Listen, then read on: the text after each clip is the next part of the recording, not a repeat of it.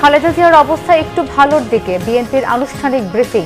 অতি গুরুত্বপূর্ণ ঘোষণা করে উপদেষ্টা পরিষদের চেয়ারপারসনের জন্য দোয়া। দেশবাসীর সমর্থনে জিয়া পরিবারের শক্তি, মন্তব্য তারেক রহমানের। দেশে ফিরতে এখনো ট্রাভেল পাস চাননি, বিশেষ নিরাপত্তা দেওয়ার আশ্বাস উপদেষ্টাদের। ইউনূস সরকারে সন্তুষ্ট দেশের ৭০% মানুষ, IRI এর জরিপ।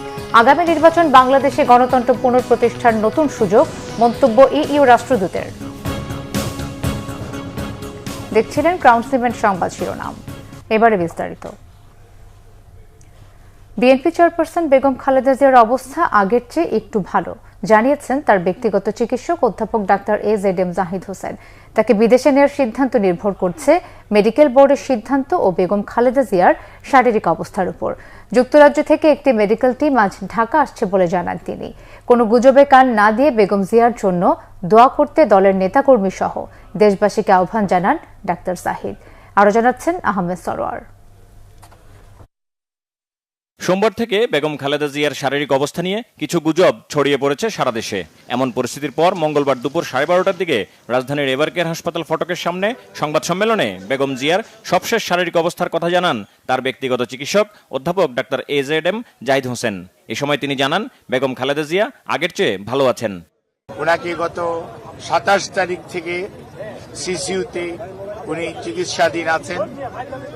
আল্লাহর অশেষ মেহেরবানিতে ডাক্তাররা যে চিকিৎসা দিচ্ছেন সেই চিকিৎসা উনি গ্রহণ করতে পারছেন, অথবা আমরা যদি বলি মেনটেন করছেন। কাজেই সম্মানিত সাংবাদিক ভাই ও বোনেরা, আপনারা ধৈর্য ধরুন। দীর্ঘ 6 বৎসর যাবৎ আপনারা আমাদেরকে সহযোগিতা করেছেন। ইনশাআল্লাহ আমরা এই যাত্রাও আপনাদের ভালোবাসা, আপনাদের সহযোগিতা এবং আল্লাহ রাব্বুল আলামিনের অশেষ মেহেরবানিতে আমেরিকা বলেন, UK বলেন, পিপলস রিপাবলিক অফ চায়না বলেন, কাতার বলেন, আর সৌদি আরবিয়া বলেন, পাকিস্তান বলেন, ইন্ডিয়া বলেন, আমাদের অনেক সরকার এবং রাষ্ট্রপ্রধান এই চিকিৎসার ব্যাপারে তাদের সহযোগিতার হাত বাড়িয়ে দিয়েছেন। আমরা এই সংকটময় মুহূর্তে আপনাদের মাধ্যমে দেশবাসীর কাছে ওনার সুস্থতার জন্য দোয়া চাই এবং আল্লাহ রাব্বুল আলামিন যাতে দেশবাসীর দোয়া, সারা পৃথিবীর অনেক মানুষের ওনার প্রতি ভালোবাসা এবং দোয়ার কারণেই হয়তোবা উনি এই যাত্রায় সুস্থ হয়ে উঠবেন বলে আমরা আশা করি। বেগম জিয়াকে চিকিৎসার জন্য বিদেশ পাঠানোর বিষয়ে কথা বলেন ডাক্তার জাহিদ হোসেন। মেডিকেল বোর্ডের সদস্যরা ওনাকে দেখেছেন। আজকেও UK থেকে ওনাকে দেখার জন্য বিশেষজ্ঞ আসবেন এবং ওনারা দেখবেন। দেখার পরবর্তীতে ওনাকে যদি ট্রান্সফারেবল হয়, আমাদের যদি ট্রান্সফার করার প্রয়োজন পড়ে মেডিকেল বোর্ড মনে করে, তখনই ওনাকে সেই যথাযথ সময়ে ওনাকে চিকিৎসার জন্য দেশের বাইরে নিয়ে যাওয়া হবে। আমাদের সকল প্রস্তুতি আছে, কিন্তু সর্বোচ্চটা মনে রাখতে হবে যে রোগীর বর্তমান অবস্থা এবং সর্বোপরি মেডিকেল বোর্ডের পরামর্শের বাইরে কোনো কিছু করার সুযোগ এই মুহূর্তে আমাদের নেই।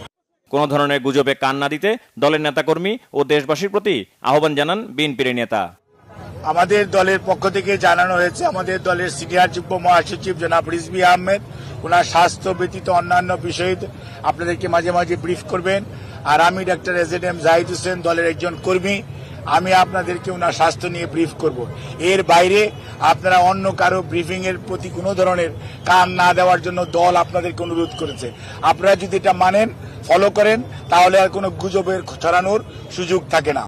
এদিকে এভারকেয়ারের সামনে নিরাপত্তা জোরদার করা হয়েছে, মোতায়েন করা হয়েছে বিপুল সংখ্যক পুলিশ। হাসপাতালের সামনে কোনো ভিড় না করতে বিএনপির পক্ষ থেকে অনুরোধ জানানো হয়েছে।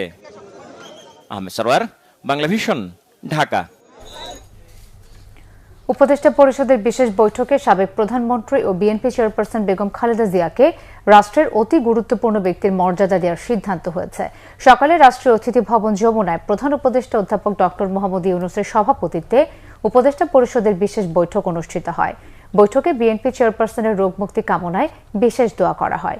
এছাড়াও দেশবাসীর কাছে বেগম জিয়ার সুস্থতার জন্য দোয়ার আবেদন জানানোর সিদ্ধান্ত হয় উপদেষ্টা পরিষদে। প্রধান উপদেষ্টার সভাপতিত্বে উপদেষ্টা পরিষদ সিদ্ধান্ত নেয় বেগম খালেদা জিয়াকে রাষ্ট্রের অতি গুরুত্বপূর্ণ ব্যক্তির মর্যাদা দেওয়ার। পরে যমুনার সামনে পরিকল্পনা উপদেষ্টা, আইন উপদেষ্টা ও প্রধান উপদেষ্টার প্রেস সচিব ব্রিফিংয়ে উপদেষ্টা পরিষদের নেওয়ার সিদ্ধান্ত ঘোষণা করেন।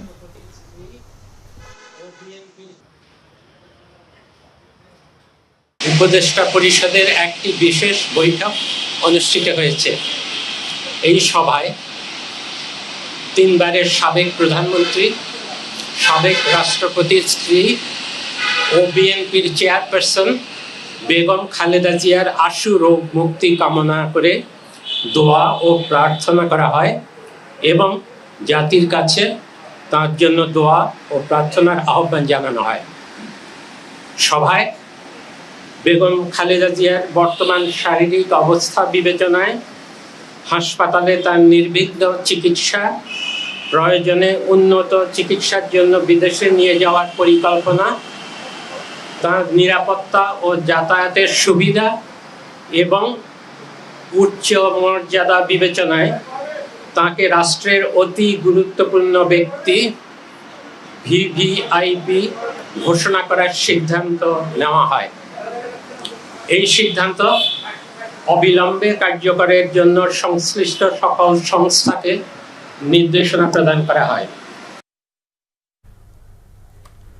বিএনপির ভারপ্রাপ্ত চেয়ারম্যান তারেক রহমান বলেছেন, দেশবাসীর সম্মিলিত সমর্থনই জিয়া পরিবারের শক্তি ও প্রেরণার উৎস। ফেসবুকে এক স্ট্যাটাসে একথা বলেছেন তিনি। কঠিন সময়ে ঐক্য, সহমর্মিতা ও সংহতির জন্য সবার প্রতি কৃতজ্ঞতা প্রকাশ করেন তিনি। শহীদ রাষ্ট্রপতি জিয়াউর রহমান এবং সাবেক প্রধানমন্ত্রী বেগম খালেদা জিয়ার বড় ছেলে তারেক রহমান স্ট্যাটাসে এভার কেয়ার হাসপাতালে চিকিৎসাধীন বেগম খালেদা জিয়ার প্রতি দেশের মানুষের ভালোবাসার কথাও উল্লেখ করেন। তিনি বলেন, বিএনপি চেয়ারপারসনের প্রতি দেশ বিদেশের মানুষের ভালোবাসা ও দোয়া তাদের অভিভূত করেছে। তিনি খালেদা জিয়ার বিষয়ে সার্বক্ষণিক খোঁজখবর রাখায় বিভিন্ন দেশের সরকার প্রধান, রাজনীতিবিদ, কূটনীতিক সহ সর্বস্তরের মানুষের প্রতি কৃতজ্ঞতা প্রকাশ করেন। একই সাথে খালেদা জিয়ার জন্য দোয়া করতে সবার প্রতি আবারও আহ্বান জানান তারেক রহমান। বিএনপির ভারপ্রাপ্ত চেয়ারম্যান তারেক রহমানের ঢাকা আসার বিষয়ে এখনও অন্তর্বর্তী সরকারকে আনুষ্ঠানিকভাবে কিছু জানানো হয়নি বলে জানিয়েছেন পররাষ্ট্র উপদেষ্টা তৌহিদ হোসেন। মঙ্গলবার পররাষ্ট্র মন্ত্রণালয়ে এক ব্রিফিংয়ে সাংবাদিকদের একথা জানান তিনি। বলেন, এখনও ট্রাভেল পাস চাননি তারেক রহমান। তিনি ট্রাভেল পাস চাওয়া মাত্রই ইস্যু করা হবে। পররাষ্ট্র উপদেষ্টা আরও জানান, দল বা পরিবার সিদ্ধান্ত নিলে খালেদা জিয়াকে বিদেশ পাঠানোর প্রয়োজনীয় ব্যবস্থাও নেবে সরকার। বিএনপির ভারপ্রাপ্ত চেয়ারম্যান তারেক রহমানের দেশের নিরাপত্তা নিয়ে শঙ্কার কোনো কারণ নেই বলে জানিয়েছেন স্বরাষ্ট্র উপদেষ্টা অবসরপ্রাপ্ত লেফটেন্যান্ট জেনারেল জাহাঙ্গীর আলম চৌধুরী। মঙ্গলবার সচিবালয়ে আইনশৃঙ্খলা সংক্রান্ত কোর কমিটির সভা শেষে ব্রিফিংয়ে তিনি কথা জানান। স্বরাষ্ট্র উপদেষ্টা বলেন, বিশেষ প্রয়োজন অনুযায়ী সবার জন্যই নিরাপত্তা দেওয়ার প্রস্তুতি রয়েছে সরকারের। যার যে স্ট্যাটাস সেই অনুযায়ী নিরাপত্তা প্রয়োজন সেই ব্যবস্থায় দেওয়া হবে। বলেন, বাংলাদেশে কারো নিরাপত্তা শঙ্কা নেই। বিডিআর হত্যাকাণ্ড তদন্ত রিপোর্ট প্রসঙ্গে উপদেষ্টা বলেন, অনেক গুরুত্বপূর্ণ সুপারিশ রয়েছে যা বাস্তবায়নে সরকার উদ্যোগ নেবে। আসন্ন নির্বাচনকে কেন্দ্র করে ঝুঁকিপূর্ণ কেন্দ্রগুলোর তালিকা চূড়ান্ত করা হয়েছে বলেও জানান। প্রয়োজন অনুযায়ী বডি ক্যামেরা কেনা হবে এবং নির্বাচনকালীন সময়ে সীমান্ত দিয়ে অনুপ্রবেশ ঠেকাতে কড়া নজরদারি থাকবে বলেও জানান উপদেষ্টা।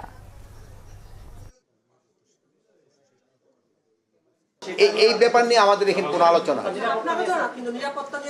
তাদের কারো কোনো এই বাংলাদেশে কারো কোনো নিরাপত্তার কোনো সংখ্যা নেই। আমরা সবার জন্যই প্রস্তুত, স্বরাষ্ট্র মন্ত্রণালয় সবার জন্য প্রস্তুত আছে এবং স্পেশালি যাদের জন্য দরকার তাদের জন্য স্পেশাল যেটা দেওয়ার দরকার ওইটার জন্য আমরা প্রস্তুত আছি। সবার একটা স্ট্যাটাস তো থাকে ওই রকম একটা। বাংলাদেশের ৬৯% মানুষ প্রধান উপদেষ্টার কাজে সন্তুষ্ট, আর ৭০% মানুষ অন্তর্বর্তী সরকারের কাজে সন্তুষ্ট। সোমবার যুক্তরাষ্ট্রভিত্তিক বেসরকারি সংস্থা ইন্টারন্যাশনাল রিপাবলিকান ইনস্টিটিউটের সেন্টার ফর রাইটসের এক জরিপে এমন তথ্য উঠে এসেছে। অন্তর্বর্তী সরকার এবং প্রধান উপদেষ্টা ডক্টর মোহাম্মদ ইউনূসের কার্যক্রম ছাড়াও নির্বাচন প্রসঙ্গ উঠে এসেছে IRI এর চালানো জরিপে। এতে বলা হয়েছে, বাংলাদেশের মানুষ আসন্ন জাতীয় নির্বাচন নিয়ে আগ্রহ প্রকাশ করছে। ৬৬% নাগরিক জানিয়েছেন তারা এই নির্বাচনে ভোট দেওয়ার বিষয়ে বেশি আগ্রহী। ভোট দেওয়ার খানিকটা আগ্রহ রয়েছে 23% নাগরিকের, আর 80% মানুষ মনে করছেন এবারের নির্বাচন সুষ্ঠু ও নিরপেক্ষ হবে।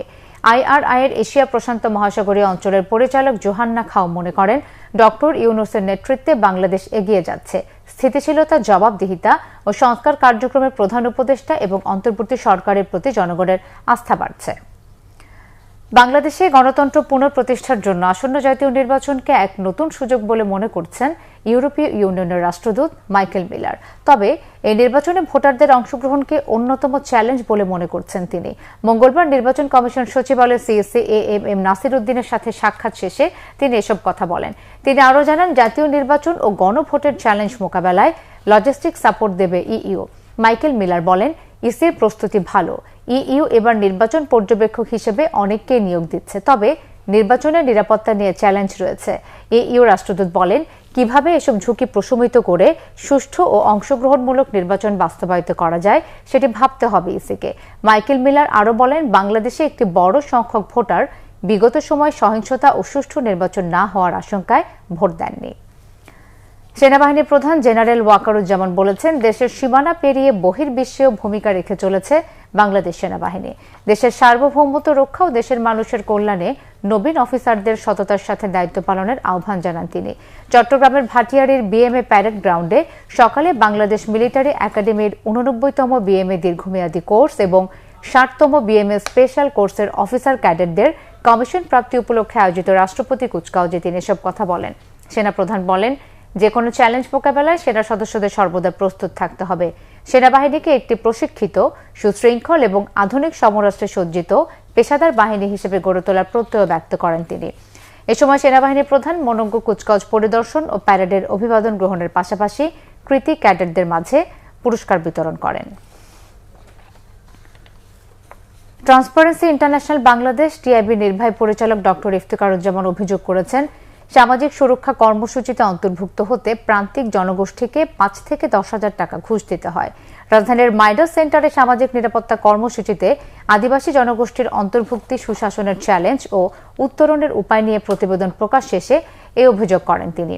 বলেন, মানুষে মানুষে বৈষম্য দূর করতে হবে, বিশেষ করে প্রান্তিক মানুষের অপ্রাপ্তির কারণে ক্ষোভ, অশান্তি হয় মন্তব্য করে এ বিষয়ে কর্তৃপক্ষকে নজর দেওয়ার আহ্বান জানান তিনি। সামাজিক সুরক্ষা কর্মসূচিতে দুর্নীতি, সুশাসনের অভাব ও ঘুষের লেনদেন আছে বলে অভিযোগ তার। অনিয়ম দীর্ঘকাল যাবৎ প্রাতিষ্ঠানিক রূপ পেয়েছে বলে উল্লেখ করেন তিনি। বলেন, সংবিধানে আদিবাসী হিসেবে পরিচয়ের স্বীকৃতি দিতে হবে।